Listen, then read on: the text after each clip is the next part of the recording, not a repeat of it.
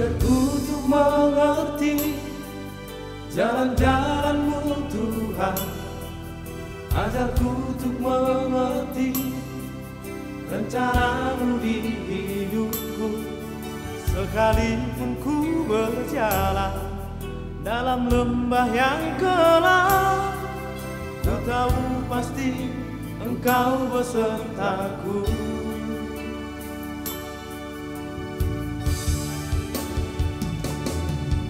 Ajarku untuk bersyukur dalam segala keadaan.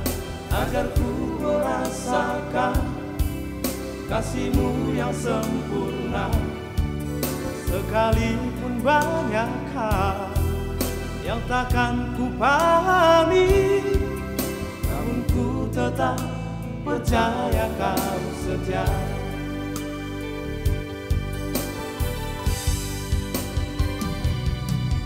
Jalan-Mu adil dan benar, rencana-Mu sungguh sempurna. Gunung batuku yang tak akan goyah. Kau memegang hari esokku dan menuntun setiap jalanku. Bersama-Mu ku tak akan goyah.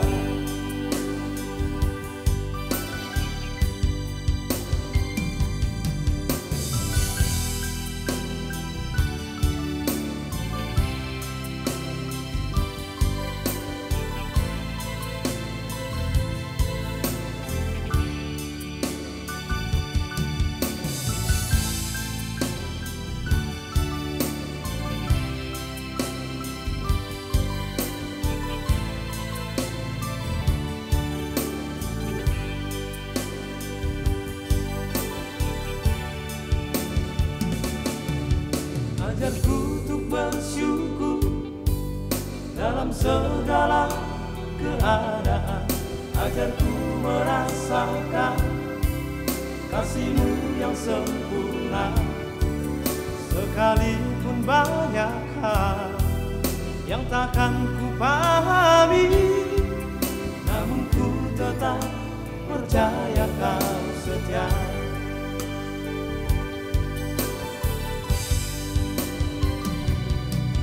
Jalan-Mu adil dan benar, rencana-Mu sungguh sempurna. Gunung batuku yang tak akan goyah. Kau memegang hari esokku dan menuntun setiap jalanku. Bersama-Mu ku tak akan goyah.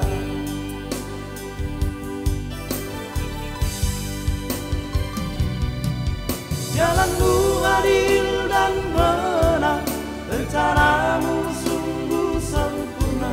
Gunung batuku yang tak akan goyah.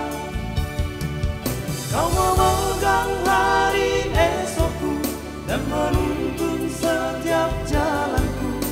Bersama-Mu ku tak akan goyah. Bersama-Mu ku tak akan goyah. Bersama-Mu ku tak akan goyah.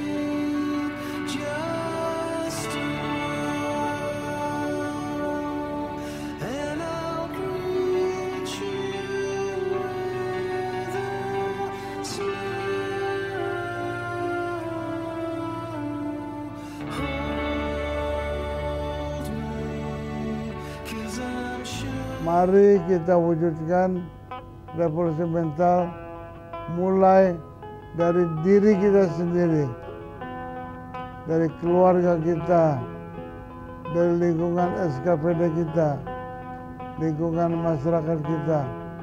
Dan akhirnya secara kumulatif itu diharapkan dapat menyumbang kondisi yang kita inginkan dari revolusi mental itu.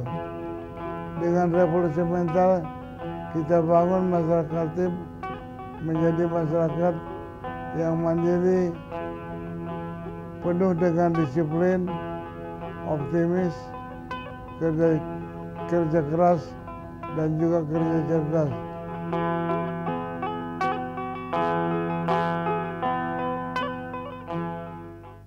Mulai.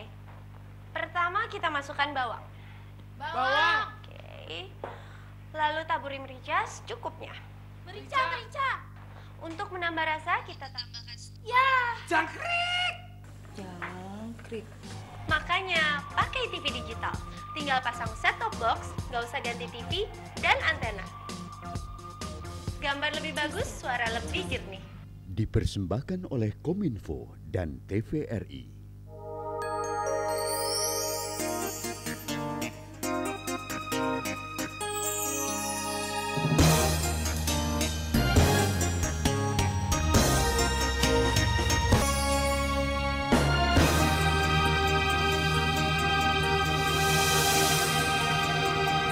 Haleluya, saudaraku yang dikasihi Tuhan dimanapun saudara berada. Tuhan katakan bahwa apabila kita setia kepada Tuhan, Tuhan akan menjadikan kehidupan kita mengerti akan setiap rencana Tuhan dalam kehidupan kita, sebagaimana yang Tuhan sudah nyatakan lewat pujian tadi. Luar biasa Tuhan sudah menyatakan kekuasaannya lewat banyak hal yang kita boleh dapatkan. Puji Tuhan. Terima kasih saudara masih setia dengan Sinar Kasih. Kita kembali dalam perbincangan kita dengan hambanya Bapak Pendeta Ricardo. Pak Pendeta, tadi Bapak sudah boleh katakan bahwa untuk meneladani, untuk menjadi contoh bagi banyak orang, itulah tugas kita menjadi saksi. Tidak perlu kita harus berkoar-koar kemana-mana, tetapi lewat sikap, perkataan, dan perbuatan kita, mungkin disitulah Tuhan memakai kita untuk kita menjadi teladan bagi banyak orang. Iya, benar. Nah, yang menjadi pertanyaan saya Pak Pendeta, untuk bisa menjadi teladan yang baik, menjadi saksi yang baik, kita perlu pertolongan Roh Kudus kan? Roh Kudus yang dijanjikan Tuhan kepada kita.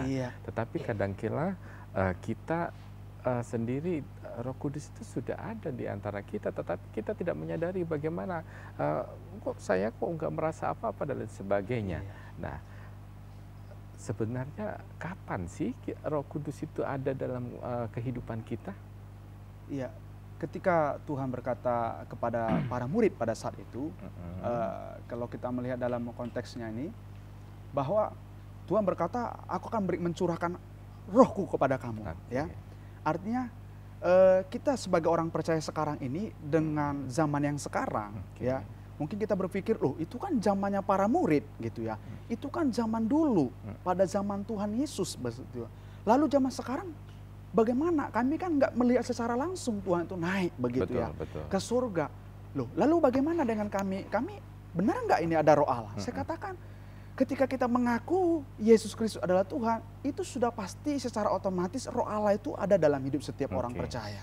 Ya, karena di dalam 1 Korintus 12 ayat yang ketiga berkata bahwa ketika kita berkata Yesus adalah Tuhan, itu adalah Roh Kudus yang memampukan kita berkata seperti itu. Makanya saya katakan hari ini, setiap kita yang mungkin masih ragu-ragu, apakah bagaimana ini, benar nggak Roh itu ada dalam diri saya? Atau mungkin kita berkata, Tuhan kalau bisa saya bermimpi dulu dong, begitu ya. Datang dalam lewat mimpi, aku berikan curah. Atau mungkin kita bertapa dulu. Saya katakan nggak perlu, ya. Yang perlu kita adalah mengaku saja Yesus adalah Tuhan.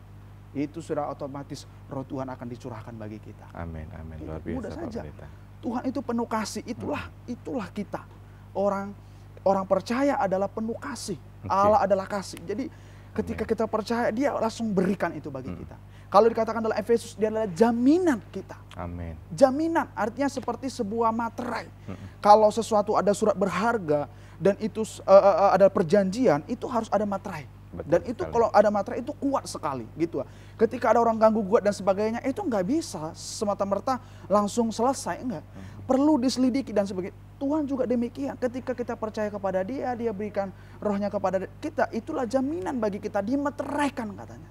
Jadi itu sebuah materai bagi kita, langsung seperti sebuah stempel atau cap bagi kita yang mungkin kita nggak bisa lihat secara kasat mata, tetapi Tuhan tahu mana orang-orang yang percaya kepadanya. Amin, luar biasa sekali. Artinya Pak Pendeta, kalau saya boleh pahami, Ya. bahwa pada saat kita menerima Tuhan Yesus secara pribadi dalam kehidupan kita, Ya. saat itulah roh Tuhan bekerja dalam Iya. kehidupan kita. Saat itulah roh Tuhan ada dalam kehidupan Iya, kita, betul, Pak. dalam diri kita, membimbing kita, menuntun kita, menolong kita dalam setiap pergumulan yang ada. Nah, sekarang saya mau lebih jelas lagi Pak Pendeta tentang peranan Roh Kudus itu sendiri. Iya. Sejauh mana Roh Kudus dapat berperan aktif dalam diri orang percaya? Apakah pada saat orang percaya itu mengaku percaya saja kepada Tuhan, atau pada saat orang percaya itu melayani Tuhan lewat berbagai-bagai talenta yang Tuhan sudah berikan kepada dia, atau bagaimana? Atau adakah orang berdosa, istilahnya penjahat, orang yang pencuri, itu sudah ditinggalkan oleh Roh Kudus? Bagaimana Bapak? Iya. Ketika Roh Kudus itu berperan aktif dalam diri setiap orang percaya, selalu Tuhan berkata, pernah di dalam Matius dikatakan bahwa bukan orang berseru-seru kepadaku itu adalah aku tidak mengenal kamu katanya. Benar. Bukankah kami bernubuat, melakukan mujizat, mengusir setan demi namamu? Itu kan sebuah arti, kalau kita lihat konsepnya, berarti mereka ini adalah orang-orang yang penuh dengan roh Allah gitu ya. Benar. Mengusir setan, melakukan mujizat ya. Oke. Dan kita tahu Tuhan berkata, aku tidak kenal kamu. Loh, pertanyaannya, bagaimana Tuhan tidak kenal bahwa rohnya dalam dirinya? Amin. Artinya apa? Bahwa sekarang ini Tuhan tidak melihat hasilnya dulu, Oke. tetapi prosesnya kita untuk kita bisa nanti disempurnakan. Amin. Bukan kita yang menyempurnakan kita, tapi roh itu Allah sendiri yang nanti pada sampai masa hidup kita, ketika kita pun mungkin menghembuskan napas terakhir kita, Amin. kita mau dipimpin oleh roh itu sendiri. Ya, orang jahat, orang yang berdosa bagaimana? Saya katakan, mari percaya dan mau dipimpin oleh roh itu sendiri.